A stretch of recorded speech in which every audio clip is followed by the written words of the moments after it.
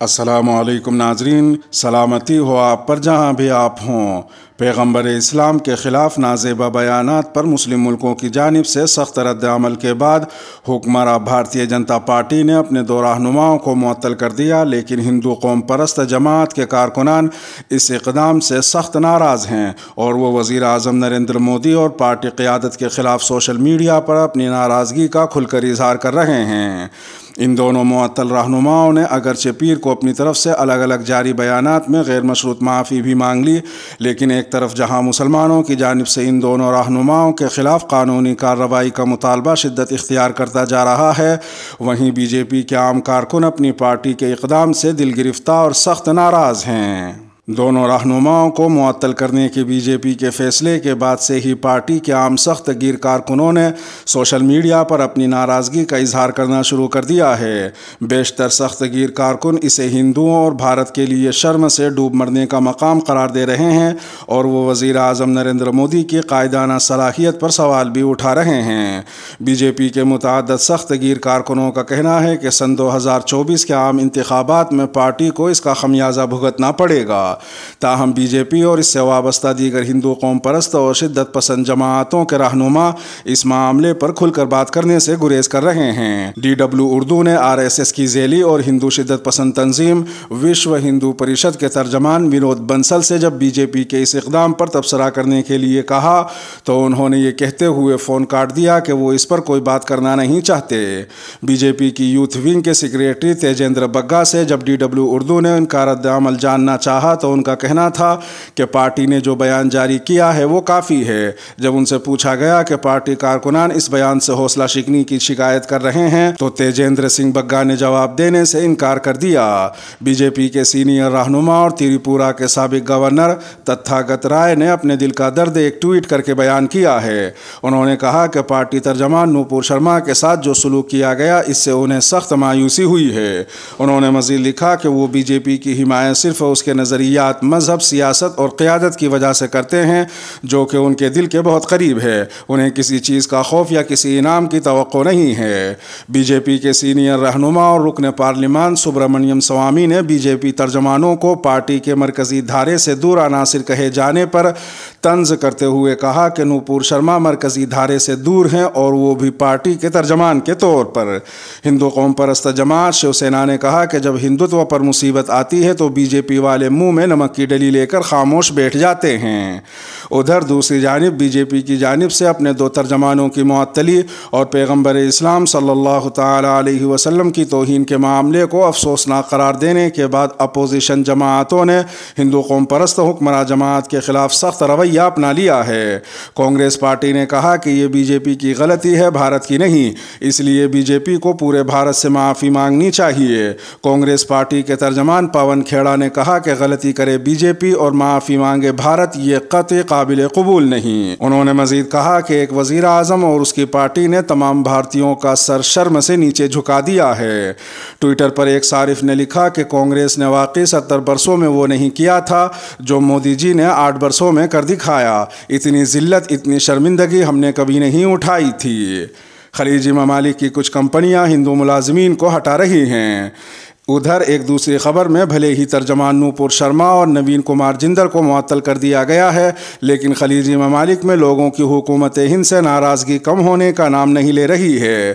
پہلے ہی سعودیہ عرب، کویت، بحرین اور کچھ دیگر عرب ممالک میں سپر اسٹورز سے انڈین مصنوعات کو نکالے جانے کی خبریں سامنے آ چکی ہیں اور اب بتایا جا رہا ہے کہ کچھ کمپنیوں نے اپنے یہاں کام کر رہے ہندو ملازمین کو ملازمت سے نکال دیا ہے۔ خلیجی ممالک کے لوگوں کی ناراضی کا اندازہ ساؤتھ ایشیا انڈیکس کے آفیشیل ٹویٹر ہینڈل پر کیے گئے اس پوسٹ سے لگایا جا سکتا ہے، جس میں ایک کمپنی نے اپنے تمام غیر مسلم ملازمین کو ہٹانے کا اعلان کیا ہے۔ ٹویٹ میں لکھا گیا ہے کہ ایک عرب شیخ نے اپنے تمام بھارتی ہندو کارکنوں کو ملازمت سے نکال دیا۔ اس نے ان کے تمام واجبات ان کے حوالے کر دیے اور انہیں بھارت واپسی کے لیے ہوائی جہاز کا ٹکٹ بھی مہیا کر دیا ہے۔ ٹویٹ میں یہ بھی لکھا گیا ہے کہ عرب شیخ نے ایسا اس لیے کیا کیونکہ مودی حکومت نے نبی کریم صلی اللہ تعالی علیہ وسلم کی توہین کی تھی۔ اس ٹویٹ کے ساتھ عرب شیخ کے ایک ٹویٹ کا اسکرین شاٹ لگا ہوا ہے جس میں بتایا گیا ہے کہ کمپنی نے انڈیا میں تیار کسی بھی پروڈکٹ کی خرید و فروخت بند کرنے کا فیصلہ کیا ہے۔ قابل ذکر ہے کہ 5 جون کو بھی عرب کی ایک کمپنی کے مالک نے اپنے ہندو ملازم کو نکالنے کا اعلان کیا تھا۔ راشد المریخی نے اس سلسلے میں ایک ٹویٹ کیا تھا جس میں لکھا تھا کہ ایک انڈین بڑھئی جس کا مذہب مودی کا مذہب ہے میری سرپرستی میں کام کر رہا ہے، وہ چھٹی پر ہے۔ میں نے اس سے کہا کہ میں نہیں چاہتا کہ وہ واپس آئے کیونکہ ہمارے پیغمبر کی توہین کی گئی ہے۔ اس طرح کے مزید واقعات عرب ممالک میں سامنے آ رہے ہیں۔ ان واقعات پر مبصرین کا کہنا ہے کہ اگر حکومت ہند نے حالات کو قابو میں نہیں کیا تو خلیجی ممالک میں کام کرنے والے غیر مسلم ملازمین کو کافی مسائل کا سامنا کرنا پڑ سکتا ہے۔ خلیجی ممالک میں پیش آنے والے ان واقعات کے تناظر میں ایک غیر مسلم قلمکار سجاتا نندن اپنے مضمون میں تبصرہ کرتے ہوئے لکھتی ہیں کہ ہندوتو کے کٹر پسند افراد انڈیا میں مسلمانوں کے معاشی بوائکاٹ کی اپیل کر رہے تھے، لیکن اب یہی سب الٹا ان کے سر پر پھوٹ گیا ہے اور ملک کو بھگتنا پڑ رہا ہے۔ ترکی نے ہمارا گیہوں لوٹا دیا ہے، سعودی عرب اور متحدہ عرب امارات نے ہماری مصنوعات کو خریدنا بند کر دیا ہے، انڈونیشیا نے ہمیں پام آئل فروخت کرنا بند کر دیا ہے جو کہ ہمارے ملک میں سب سے سستا اور سب سے زیادہ استعمال کیا جانے والا تیل ہے۔ بین الاقوامی سطح پر انڈین مصنوعات کے اس بوائکاٹ سے انڈین معیشت کی حالت بہت ہی خراب ہونے کا اندیشہ بڑھ گیا ہے۔ ویسے بھی ہماری معیشت کوئی بہت اچھے حال میں نہیں ہے۔ سجاتا نندن مزید لکھتی ہیں کہ ایسی سرگوشیاں ہیں کہ اسلاموفوبیا کا پرچم بلند کرنے والی برسر اقتدار پارٹیوں کے کئی لیڈران اپنا پیسہ سوئس بینکوں میں نہیں بلکہ دبئی اور متحدہ عرب امارات کے دیگر بینکوں میں رکھنے لگے ہیں کیونکہ سوئس بینک اب زیادہ سود وصول کرنے لگے ہیں۔ ایسے میں اگر بی جے پی کی حرکتوں کے سبب دبئی اور متحدہ عرب امارات نے یہ بینک اکاؤنٹس فریز کر دیے تو زبردست نقصان اٹھانا پڑے گا۔ مجھے تو لگتا ہے کہ شاید اسی خوف سے RSS چیف موہن بھاگوت کو یہ بیان دینا پڑا کہ مسلمانوں کے پیچھے پڑنا بند کرو اور ہر مسجد میں شیولنگ تلاشنا بند کرو۔ اور ہاں، یہ سب صرف اس لیے نہیں ہوا کہ امریکی وزیر خارجہ نے انڈیا میں اقلیتوں کی حالت پر فکر مندی کا اظہار کیا تھا۔ سجاتا آنندن نے یہ بھی لکھا کہ کسی بھی قسم کی شورش پسندی کی ایک حد ہوتی ہے اور ایک بریکنگ پوائنٹ ہوتا ہے، اور شاید پیغمبر محمد پر قابل اعتراض بیان دینا وہی حد اور بریکنگ پوائنٹ تھا جس کے بعد ان ممالک نے انڈیا کو متنبع کیا اور اپنا سخت اعتراض درج کرایا۔ سجاتا آنندن کے مطابق مجھے وہ دور اچھی طرح یاد ہے جب شیو سینا سربراہ بال ٹھاکرے سمجھ نہیں پا رہے تھے کہ مرکز کی واجپئی حکومت ملک کے مسلمانوں کو خوش کرنے کی کوشش کرتے ہوئے ان کے ساتھ خیر سگالی پر مبنی رشتے کیوں بنا رہی ہے۔ تب واجپئی حکومت میں ایک وزیر نے مجھ سے کہا تھا کہ مرکز کی کوئی بھی حکومت انڈیا کے تیل کی ضرورتوں کو ہمیشہ دھیان میں رکھتی ہے۔